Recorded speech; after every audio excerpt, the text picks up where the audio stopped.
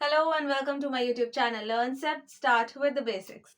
सो आज की क्लास में हम ज्योग्राफी के क्लास 8 के एक चैप्टर को पढ़ेंगे जिसका नाम है ह्यूमन रिसोर्सेज।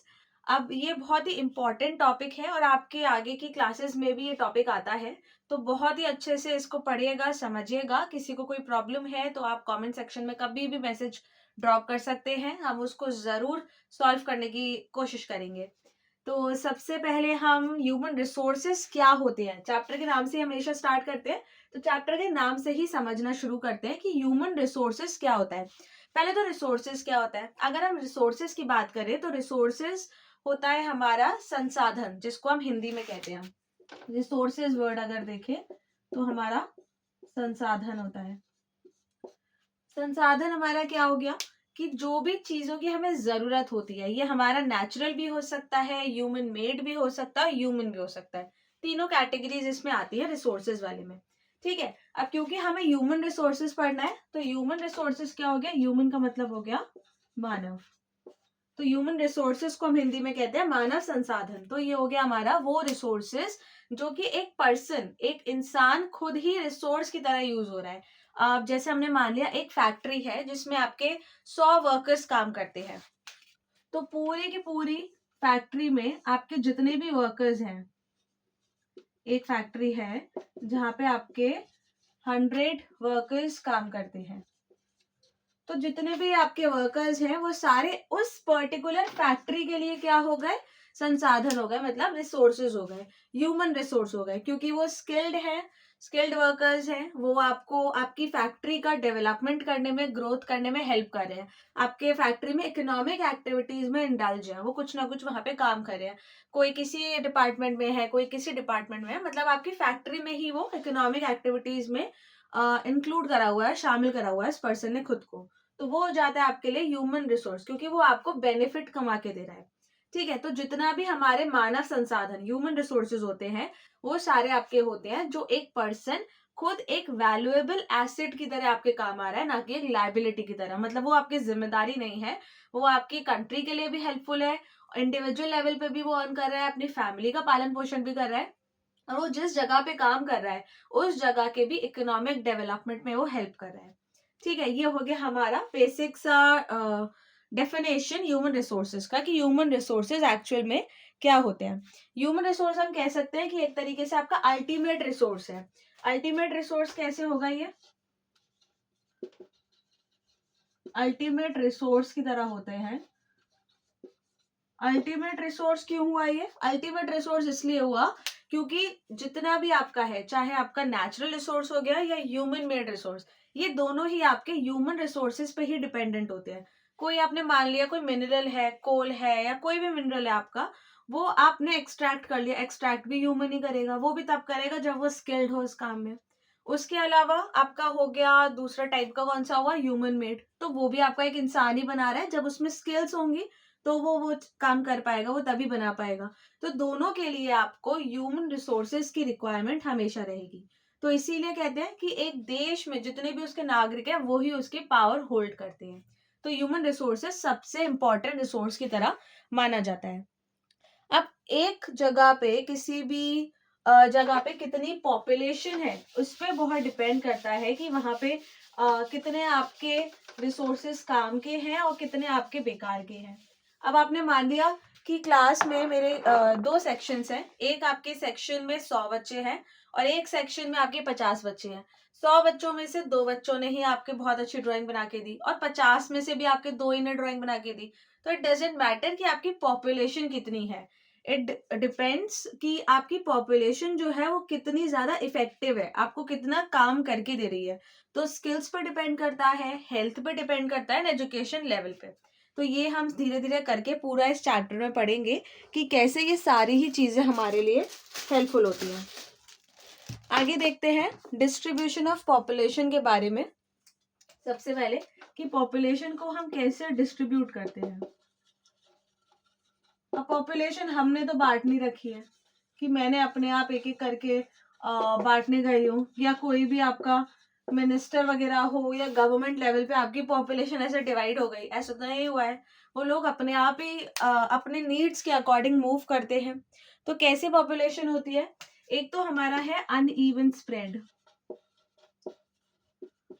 अनइवन स्प्रेड क्या हो गया? अनइवन स्प्रेड हो गया कि जितनी भी हमारी टोटल पॉपुलेशन है किसी भी एरिया में, वो डिपेंड करती है क्लाइमेटिक कंडीशंस पे, वहां के टेम्परेचर पे, लोगों के रिसोर्स की नीड्स पर, इन सब पे बहुत ज्यादा उस पर डिपेंड करता है। तो इसीलिए अनइवन स्प्रेड है। लोग ऐसा नहीं है कि एक जगह पॉपुलेशन ज्यादा हो और एक जगह कम हो, ऐसा हो सकता है क्योंकि हम कह सकते हैं कि 90% ऑफ वर्ल्ड पॉपुलेशन जो है वो हमारे 30% ऑफ लैंड सरफेस पे ऐसे समाई हुई है। कैसे? आपने मान लिया छोटा सा पीस ऑफ लैंड है, उस पे आपकी क्योंकि पॉपुलेशन ज्यादा है तो उस पे 2 लोग आ पाते, लेकिन आपने उस पे 10 लोगों का घर बना दिया। तो ये हो गया अनइवन स्प्रेड, क्योंकि पॉपुलेशन इतनी ज्यादा है कि आपने छोटे छोटे पीस ऑफ लैंड पे बहुत ज्यादा लोगों को अलॉट कर दिया है। और लोग ऐसा भी नहीं है कि डिवाइडेड बहुत अच्छी तरीके से है। अगर आपकी ए नेशन में 50 लोग हैं तो बी नेशन में हो सकता है 100 लोग रहते हो, पर लैंड का जो स्केल है वो हो सकता है दोनों का बराबर ही लाई करे। तो इसीलिए अनइवन स्प्रेड बहुत ज्यादा है पॉपुलेशन का। सेकंड है हमारा क्राउडेड रीजन्स। बहुत सारे ऐसे रीजन्स है हमारे जो कि क्राउडेड ज्यादा है। क्राउडेड रीजन्स कैसे हो गए? क्राउडेड का मतलब हो गया कि भीड़ भाड़ वाले, की बहुत ज्यादा ऐसे इलाके हैं जहाँ पे ज्यादा पॉपुलेशन है, और कुछ ऐसे इलाके हैं जहाँ पॉपुलेशन बहुत ही कम है, चाहे लैंड वहां पे कितना भी खाली अवेलेबल हो। जैसे हमने मान लिया ट्रॉपिकल रीजन्स जो होते हैं आपके, इक्वेटोरियल रीजन्स, वहां पे तो पॉपुलेशन ज्यादा है क्योंकि वहाँ क्लाइमेट भी अच्छा है, वहाँ टेम्परेचर भी अच्छा है, वहाँ पे आपको फैसिलिटीज भी मिलती है, इकोनॉमिक एक्टिविटीज के लिए भी अपॉर्चुनिटीज है। But on the other hand जो आपका पोलर रीजन्स है वहां पर बहुत ही कम पॉपुलेशन है, क्योंकि वहाँ इतनी फैसिलिटीज नहीं मिलती, बहुत ही ठंड होती है, हर कोई सर्वाइव नहीं कर पाता। तो इसीलिए क्राउडेड रीजन्स के बेसिस पर भी पॉपुलेशन का डिस्ट्रीब्यूशन आपको देखने को मिलेगा। थर्ड है स्पार्स रीजन्स। स्पार्स रीजन्स आ जाएगा लेस पॉपुलेटेड। स्पार्स का मतलब होता है लेस पॉपुलेटेड वाले। जैसे क्राउडेड में आपके आ गए इक्वेटोरियल रीजन्स, तो ऐसे ही आपके स्पार्स में आ जाएंगे पोलर रीजन्स, जो आपके आर्टिक एंटार्क्टिक सर्कल्स के पास वाले होते हैं। तो ऐसे करके जो पॉपुलेशन का डिवीजन है, डिस्ट्रीब्यूशन है, वो बहुत ही अनइवन है। कहीं पे भीड़ ज्यादा है, कहीं पे कम है। लोग अपनी नीड्स एंड वांट्स के अकॉर्डिंग मूव करते रहते हैं। ठीक है, ये हमारा हो गया पॉपुलेशन का डिस्ट्रीब्यूशन कैसे है। अब पॉपुलेशन का जैसा भी डिस्ट्रीब्यूशन है, उसके अलावा उसके डेंसिटी में भी डिफरेंस है। डेंसिटी को कैसे हम कर सकते हैं? क्या डिफरेंस होता है डेंसिटी और डिस्ट्रीब्यूशन में? बहुत ज्यादा होता है। डेंसिटी आप कह सकते हैं कि हमारा एक तरीके से न्यूमेरिकल डेटा हो गया। जो पॉपुलेशन की डेंसिटी है वो हम कह सकते हैं कि आपका न्यूमेरिकल फॉर्म में है डेटा, और डिस्ट्रीब्यूशन हमने बस ऊपर ऊपर से थियोरेटिकल बोल दिया कि इतनी पॉपुलेशन है, ऐसा डिस्ट्रीब्यूट हुआ है। डेंसिटी में हमारा क्या आ जाएगा कि जितना भी आपके पर स्क्वायर किलोमीटर पे लोग लाई करते हैं, तो पर स्क्वायर किलोमीटर के बेसिस पर हम देखते हैं कि कितने लोग आपके कहाँ पर लाई करते हैं, और ये बहुत ज्यादा डिफर भी करता है। कैसे डिफर कर सकता है? अगर हम 2023 के डेटा के अकॉर्डिंग देखें, 2023 के डेटा के अकॉर्डिंग, तो अप्रोक्सीमेटली 484 या 489 पर स्क्वायर किलोमीटर कुछ आपका यहाँ पे है लोगों का। तो ये सेंसस के अकॉर्डिंग होता है। ईयर्स के बाद, ईयर्स आफ्टर ईयर्स इसका चेकअप रखा जाता है। हर साल में इसका डेटा पूरा लगाया जाता है, मेजर किया जाता है कि कितने लोग कहाँ पर लाई करते हैं, कितनी पॉपुलेशन है।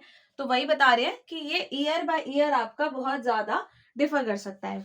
तो ये हो गया हमारा डेंसिटी ऑफ पॉपुलेशन, कि एक एरिया में पर स्क्वायर किलोमीटर में, जैसे मैंने आपको स्टार्टिंग में बताया था कि एक छोटा सा पीस ऑफ लैंड ले लिया, उसमें कितने लोग रहते हैं। तो वही आपका हो गया डेंसिटी ऑफ पॉपुलेशन, कि पॉपुलेशन का न्यूमेरिकल फॉर्म में डेटा एक रेडी करना कि कितने लोग कितने स्क्वायर किलोमीटर पे रहते हैं, लाई करते हैं। तो ये आपका 484 अप्रोक्सीमेटली आपका कुछ बैठता है। ठीक है, ये डेटा जो है ये चेंज होते रहते हैं। अगर आपको डेटा याद ना रहे तो प्लीज रिमेम्बर कि डेटा आप बिल्कुल मत लिखना। अगर आप एग्जैक्ट नंबर नहीं लिख सकते हो याद करके, या तो लिखो तो सही, वरना मत मेंशन करना। नेक्स्ट, इसके अलावा हमने अभी पढ़ा पॉपुलेशन डेंसिटी। या बहुत सारे फैक्टर्स होते हैं जिन पे सारी पॉपुलेशन डिपेंड करती है, जैसे ज्योग्राफिकल फैक्टर्स हो गए, उसके अलावा हमारे सोशल फैक्टर्स हो गए, पॉलिटिकल चेंजेस होते हैं, और हमारे लाइफ के भी बहुत सारे कल्चरल इकोनॉमिक फैक्टर्स भी होते हैं। तो एक एक करके इन फैक्टर्स के बारे में थोड़ा सा पढ़ लेते हैं। क्या क्या फैक्टर्स हो सकते हैं? सबसे पहले मैंने आपको कौन सा बोला था? Geographical factors. अब ज्योग्राफिकल वर्ड आ रहा है, तो ज्योग्राफिकल का मतलब क्या हुआ? ज्योग्राफिकल का मतलब हमारा आ जाता है कि आपका ज्योग्राफी के बेसिस पे, मतलब एरिया के बेसिस पर। तो ये हो जाएगा, इसमें क्या क्या आ जाएगा आपका कि एरियाज कैसे हैं। आपका प्लेन एरियाज है, वहाँ ऑब्वियसली पॉपुलेशन हमेशा ज्यादा रहेगी, क्योंकि लोग ऊबड़ खाबड़ जगहों पे रहने की जगह एक प्लेन एरिया में पीसफुल लाइफ रहना प्रेफर करेंगे। तो इसलिए फर्स्ट आपका हो जाएगा पॉइंट टोपोग्राफी का।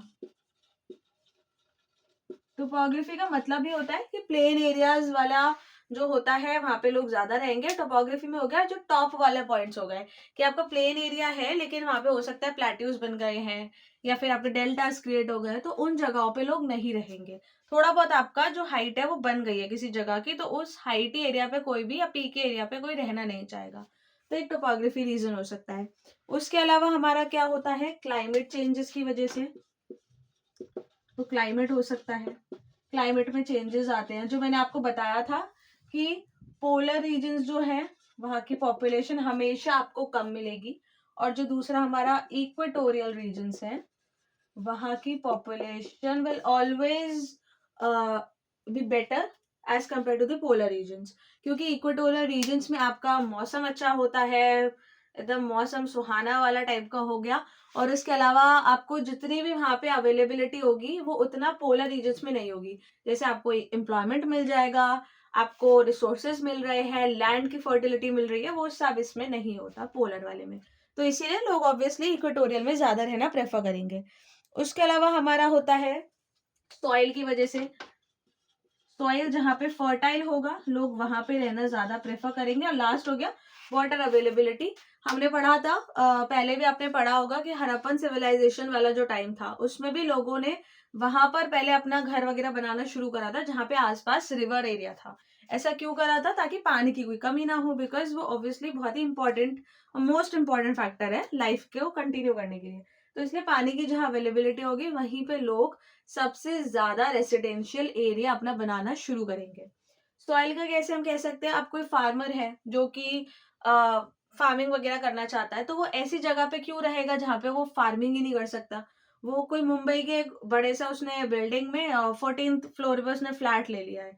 अब लेकिन वो फार्मिंग का करेगा, उसके पास कोई लैंड तो है नहीं आसपास। अब वो वहां से कोई विलेज एरिया में जाए तो इससे बेटर है कि वो विलेज में ही रह ले, ताकि उसको बार बार इधर उधर मूव भी ना करना पड़े, उसका एक्सपेंस भी बचेगा। तो इसीलिए फार्मिंग वगैरह के लिए बेस्ट रहता है ऑप्शन जहाँ पे सॉइल की अवेलेबिलिटी ज्यादा हो, तो लोग वहीं पे रहना ज्यादा प्रेफर करते हैं। ये सारा हमारा हो जाता है ज्योग्राफिकल फैक्टर्स के बारे में। ना इसके बाद मैंने आपको बताया और भी कुछ फैक्टर्स होते हैं, जैसे आपका सोशल फैक्टर्स, इकोनॉमिकल और कल्चरल। थोड़ा थोड़ा पॉइंट्स हैं इनके, थोड़ा थोड़ा पॉइंट्स पढ़ लेते हैं, क्वेश्चन आंसर्स इस पे आ जाते हैं आपके। अगर हम लिख के वापस से कर देते हैं, ये भी हटा देते हैं, मैं तीनों का ही बना देती हूँ एक साथ ताकि आप डिफरेंशिएट भी कर सके। एक आपका हो गया इकोनॉमिक फैक्टर, देन हमारा हो गया सोशल फैक्टर, और लास्ट हमारा होता है कल्चरल फैक्टर। ठीक है, ये तीन फैक्टर्स और होते हैं हमारे। ज्योग्राफिकल में सबसे ज्यादा पॉइंट्स होते हैं तो वो मैंने अलग से बता दिया। इकोनॉमिक आ जाता है, कहीं भी इकोनॉमिक वर्ड आ रहा है तो आपका फाइनेंस या employment, unemployment, level of opportunities, इन सबसे रिलेटेड होगा, मार्केट स्ट्रक्चर से रिलेटेड। सोशल आ रहा है, दैट मीन्स आपकी सोसाइटी जो कि लोगों ने खुद क्रिएट करी है। वहां पे आ गया आपका हाउसिंग का, आ गया कि लोग समाज में सोसाइटी में कैसे रहते हैं, क्या क्या उनके बिलीव्स हैं, वो सारे आ गए। कल्चरल में आ गया कि लोगों के स्पिरिचुअल बिलीव्स क्या क्या है, वो क्या क्या अपने ट्रेडिशंस को फॉलो करते हैं, रीति रिवाज कौन से मानते हैं, वो सारे आ जाते हैं कल्चरल में। तो आप सबसे पहले देखते हैं इकोनॉमिक फैक्टर्स। इसमें क्या आ जाएगा हमारा, इंडस्ट्रियल एरियाज जो है वो एम्प्लॉयमेंट अपॉर्चुनिटीज ज्यादा अच्छी प्रोवाइड करती हैं, तो एम्प्लॉयमेंट अपॉर्चुनिटीज के बेसिस पर लोग माइग्रेट करते हैं। ठीक है, अब कोई वर्कर फैमिली से या वर्कर क्लास से बिलोंग करता है, कोई पर्सन है जिसको नौकरी की तलाश है, जॉब की तलाश है, तो अब वो एक ऐसी जगह पे रह रहा है जहां पर नौकरी से नहीं मिल रही, तो ऑब्वियसली ही has to migrate to another area, to another city, जहां पर उसको बेटर अपॉर्चुनिटीज मिल सके एम्प्लॉयमेंट की। अब उसे जॉब चाहिए तो उसे जाना पड़ेगा, एक जगह से दूसरी जगह माइग्रेट करना पड़ेगा। तो इसीलिए इकोनॉमिक फैक्टर्स की वजह से भी पॉपुलेशन आपकी चेंज हो सकती है। तो एक हो गया हमारा एम्प्लॉयमेंट अपॉर्चुनिटीज। ये ज्यादातर कौन से एरियाज होते हैं आपके, ज्यादातर इसमें लाई करते हैं इंडस्ट्रियल एरियाज होते हैं इसमें। इंडस्ट्रियल एरियाज में आपका आ जाएगा जैसे मुंबई, ठीक है। तो ये सारे आपके ऐसे एरियाज जहां पर भी आपका एम्प्लॉयमेंट अपॉर्चुनिटीज लोगों को ज्यादा मिल जाएंगी, वो आपके इकोनॉमिक फैक्टर्स में आ गए। नेक्स्ट है हमारा सोशल फैक्टर। सोशल आपका हो जाएगा सोसाइटी से रिलेटेड। तो बेस्ड ऑन सोसाइटी फॉर्मेशन, कि आपकी सोसाइटी कैसे क्रिएट हो रही है, इसमें आपका आ जाएगा हाउसिंग फैसिलिटीज आ गया,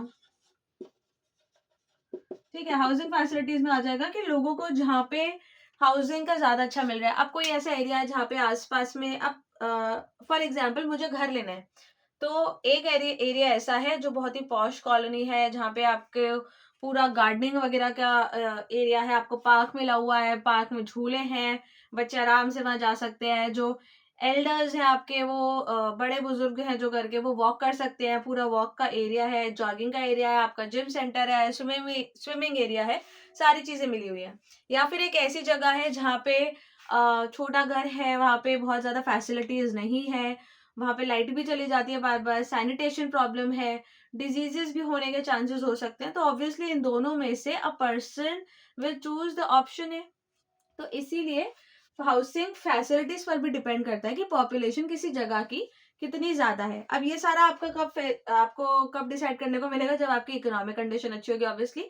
बट अगर आपकी इकोनॉमिक कंडीशन इज गुड और आप चूज कर सकते हो, तो हाउसिंग फैसिलिटीज भी एक पर्सन हमेशा देखेगा। उसके बाद हमारा है थर्ड है कल्चरल फैक्टर्स। कल्चरल फैक्टर्स में आ जाएंगे based on your cultural believes, cultural या फिर स्पिरिचुअल बिलीव्स पे। इसमें आपका क्या आ जाएगा, ऐसे एरियाज आ गए आपके जैसे वाराणसी हो गया। तो ऐसे एरियाज आ गए आपके जहाँ पे कल्चर से लेके बहुत ही ज्यादा अपग्रेडेड कल्चर आपको मिल जाएगा, कि बहुत ज्यादा पूजा पाठ और ये सब बहुत होता है, ताकि लोग जो है उससे अगर अट्रैक्ट होते हैं, जो भी अट्रैक्ट होते हैं, वो उस जगह पे ही रहना प्रेफर करेंगे। अब कोई पर्सन है जो कि बहुत ही ज्यादा धार्मिक है, स्पिरिचुअलिटी में बहुत ज्यादा है, तो वो ऐसी जगह रहना प्रेफर करेगा जहाँ पे उसका एक कल्चरल बिलीव जो है उसको और ज्यादा अपग्रेडेशन मिले, उसको दबाया ना जाए। तो वो ऑब्वियसली वहां पर मूव करने की कोशिश करेगा जहाँ पे ये सब उसको उसको बेस मिले। तो वाराणसी वगैरह या ऐसी जगह जहाँ पे कल्चरल अपग्रेडेशन ज्यादा रहता है, कल्चर ज्यादा दिखाई देता है, उस जगह पे भी पॉपुलेशन का रीजन मतलब हो सकता है कि पॉपुलेशन ज्यादा हो। तो ये सारा हमारा हो जाता है कल्चरल बिलीव्स में।